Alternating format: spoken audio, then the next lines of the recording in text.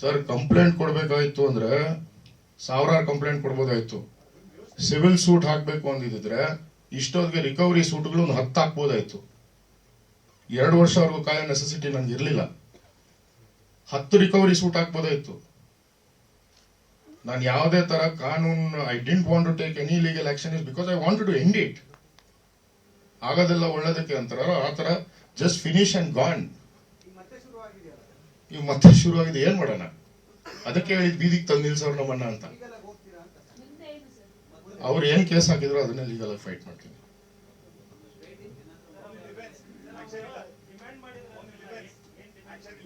Sir ನಾನು action ತಗೊಂಡ್ರೆ ಅವ್ರು ತಡೆಯೋಕ್ಕಾಗಲ್ಲ, ಯಾಕಂದ್ರೆ ಅಷ್ಟು ಪ್ರೂಫ್ ಇದೆ ನನ್ನ ಹತ್ರ. ನಾನು ತಡೆಯೋಕ್ಕಾಗಲ್ಲ, ನಿಜ ಹೇಳ್ತಾ ಇದ್ದೀನಿ.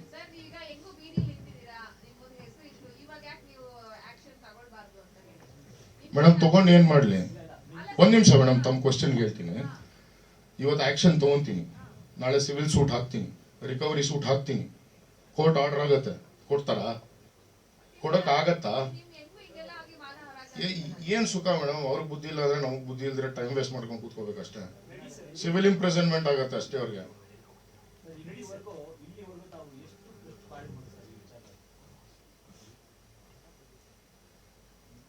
ಅಂದ್ರೆ ಸರ್ ಅರ್ಥ ಆಗಿಲ್ಲ, ಸಾರಿ.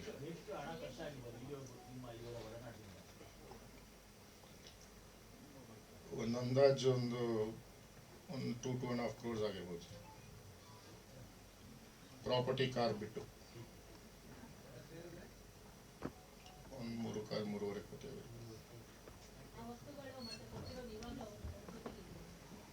ಕಾರ್ ಒಂದು ನನ್ನ ಹತ್ರ ಇದೆ.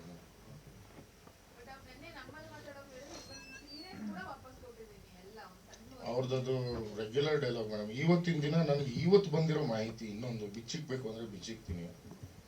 ಇದೇ ತರ ಇನ್ನೊಬ್ರಿಗೆ ಮಾಡಿದ್ದಾರೆ. ಈ ಮೀಡಿಯಾನಲ್ಲಿ ಎಲ್ಲ ಬರ್ತಾ ಇರೋದು ನೋಡಿ ಅವ್ರು ನನ್ನನ್ನು ಕಾಂಟ್ಯಾಕ್ಟ್ ಮಾಡಕ್ ಟ್ರೈ ಮಾಡ್ತಾರೆ. ಒಬ್ಬರಲ್ಲ, 3 ಜನ. 3 people have tried to contact me, but I am not entertaining because I don't need to. ನನ್ನ ಉದ್ದೇಶ ಇಲ್ಲ.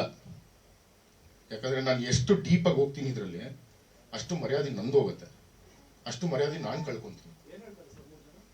ಅದೇ ಸೇಮ್, ಒಬ್ಬರ ಹತ್ರ 80 ಲಕ್ಷ ಇಸ್ಕೊಂಡಿದ್ದಾರೆ, same drama. Modus operandi is the same.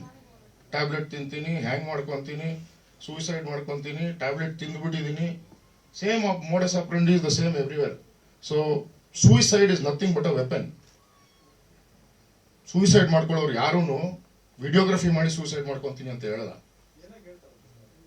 ದುಡ್ಡು ಕೊಡೋಕೆ ಆಗಲ್ವಲ್ಲ ವಾಪಸ್. ಏನಾದ್ರು ಕೇಳಿದ್ರೆ ಅದೇ ಬೆಸ್ಟ್ ವೆಪನ್ ಅಲ್ವಾ? ದಟ್ಸ್ ದ ಬೆಸ್ಟ್ ವೆಪನ್ ಅಲ್ವಾ? ಸಿಂಪತಿ. ಸೂಸೈಡ್ ಮಾಡ್ಕೊಂತೀನಿ ಅಂದಿದ ತಕ್ಷಣ ಸಿಂಪತಿ.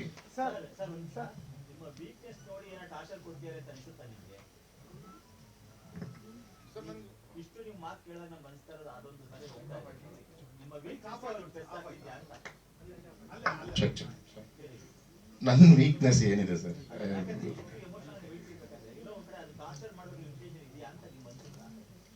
ನನಗೆ ನಿಜವಾಗ್ಲೂ ಅರ್ಥ ಆಗ್ತಾ ಇಲ್ಲ sir. It is been a very very surprising act for me. And ನಾನು ಮೋಸ್ಟ್ ಆಫ್ ದ ಟೈಮ್ ಈ ನಡುವೆ, ಎಸ್ಪೆಷಲಿ ಆಫ್ ಲೇಟ್, ನಾನು ಮೋಸ್ಟ್ ಆಫ್ ದ ಟೈಮ್ ಇಂಡಿಯಾನಲ್ಲೇ ಇರಲ್ಲ. several projects, several other projects are happening across the world, in fact. So most of the time on Indiaನಲ್ಲಿ ಒಂದು 10 ದಿನ ಇದ್ರೆ ಒಂದು 20 ದಿನ ಅಬ್ರಾಡ್ ಅಲ್ಲಿ ಇರ್ತೀನಿ. So I don't know what her motive is, and I really don't understand what she's up to. ಅಂತ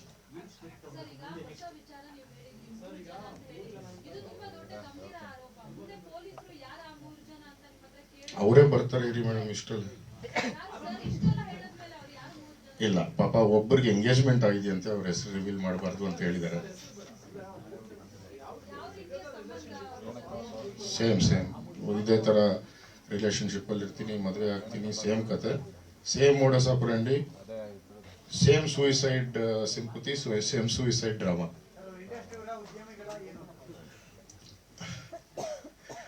ಒಬ್ರು ಪಾಪ USA ಅಲ್ಲಿದ್ದಾರೆ. ನನ್ನ USA ಇಂದ ಕಾಂಟ್ಯಾಕ್ಟ್ ಮಾಡಿದ್ರು ನನ್ನವರು. ಇನ್ನೊಬ್ರು ಇಲ್ಲ ನಮ್ಮ ಲೋಕಲ್ ಅಲ್ಲಿ.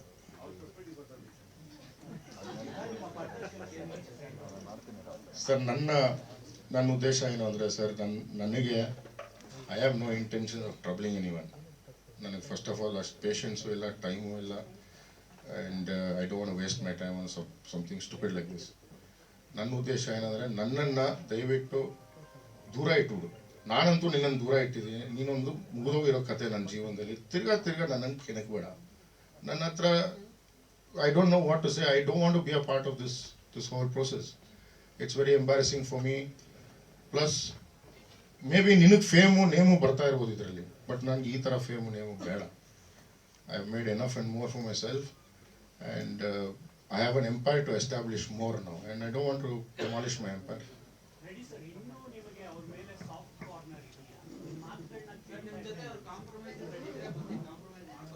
ಸಾಷ್ಟಾಂಗ ನಮಸ್ಕಾರ ಸರ್.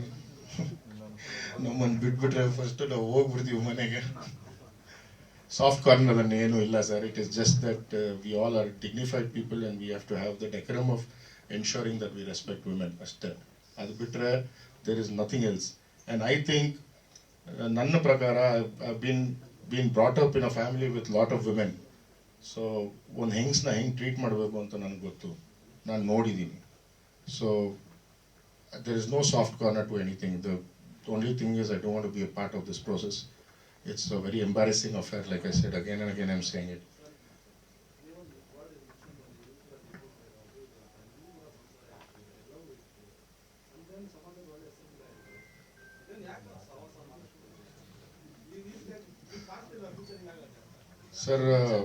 ಸರ್ ಇದೆಲ್ಲ ಫ್ಯೂಚರ್ ಗೊತ್ತಾಗಿದ್ದಿದ್ರೆ ನಾವು ಸಹವಾಸ ಮಾಡ್ತಾ ಇರ್ಲಿಲ್ವಲ್ಲ ಸರ್.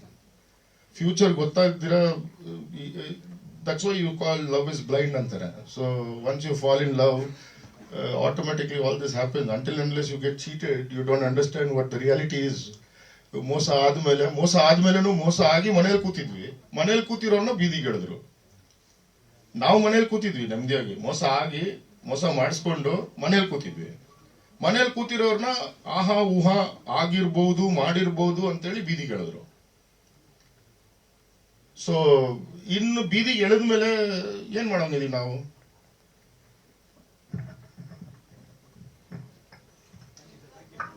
Thank you. ಥ್ಯಾಂಕ್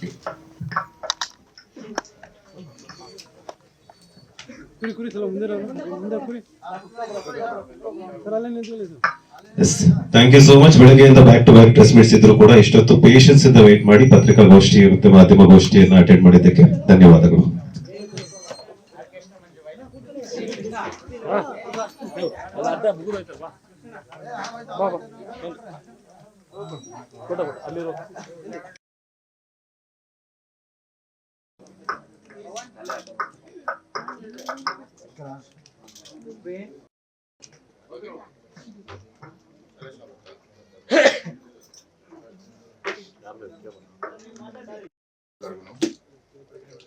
ಇವತ್ತು ನಾನು ಈ ಪ್ರೆಸ್ ಮೀಟ್ ಕರೆಯೋದಕ್ಕೆ ಕಾರಣ ಏನಂದ್ರೆ, ನನ್ನ ಮೇಲೆ ಒಂದು ಅಲಿಗೇಷನ್ ಆಗಿದೆ. ನಾನು ಯಾರೋ ಒಬ್ಬರಿಗೆ ಲೈಂಗಿಕ ಕಿರುಕುಳ ಕೊಡ್ತಾ ಇದ್ದೀನಿ ಅಂತ. ಸೊ ಆ ಉದ್ದೇಶದಲ್ಲಿ ಅದರ ವಿಚಾರದಲ್ಲಿ ಕ್ಲಾರಿಫಿಕೇಶನ್ ಕೊಡೋಕ್ಕೆ ಅಂತ ಇವತ್ತು ಈ ಪ್ರೆಸ್ ಮೀಟ್ ಕರೆದಿದ್ದೀನಿ. ತಮಗೇನಾದರೂ ಕ್ಲಾರಿಫಿಕೇಶನ್ ಬೇಕು ಅಂದರೆ ನನ್ನ ಕಡೆಯಿಂದ ಕ್ಲಾರಿಫೈ ಮಾಡೋದು ಇಷ್ಟೇ. ನನಗೆ ಅವರ ಸಂಬಂಧ 2 ವರ್ಷ ಹಿಂದೆನೇ ಮುಗಿದೋಗಿರೋಂಥ ಕತೆ. ಸೊ 2 ವರ್ಷ ನಂತರ ಇವಾಗ ಏನಕ್ಕೆ ಬಂದು ಏನು ಮಾಡಿದ್ದಾರೆ ಅಂತ ನನಗೆ ಒಂದು ಸ್ವಲ್ಪ ಸರ್ಪ್ರೈಸ್ ಆಗಿದೆ. ಸೊ 2 ವರ್ಷದಿಂದ ಕಾಂಟ್ಯಾಕ್ಟಲ್ಲಿ ಇಲ್ಲದೆ ಇರೋಂಥ ಒಬ್ಬರ ಜೊತೆ ಹರಾಸ್ಮೆಂಟ್ ಆಗಲಿ, ಇಲ್ಲ ಸ್ಟಾಕಿಂಗ್ ಆಗಲಿ, ಇಲ್ಲ ಅವ್ರಿಗೆ ಟ್ರಬಲ್ ಕ್ರಿಯೇಟ್ ಮಾಡೋದಾಗಲಿ ಅನ್ನೋದು, I think it's an impossible thing that anybody can do when you're not in touch with somebody for 2 long years. So ಅದರಿಂದ ಈ ಕ್ಲಾರಿಫಿಕೇಶನ್ ಕೊಡಬೇಕು ಅಂತ ನಾನು ಇವತ್ತು ನಿಮ್ಮ ಮಧ್ಯೆ ಬಂದಿದ್ದೀನಿ.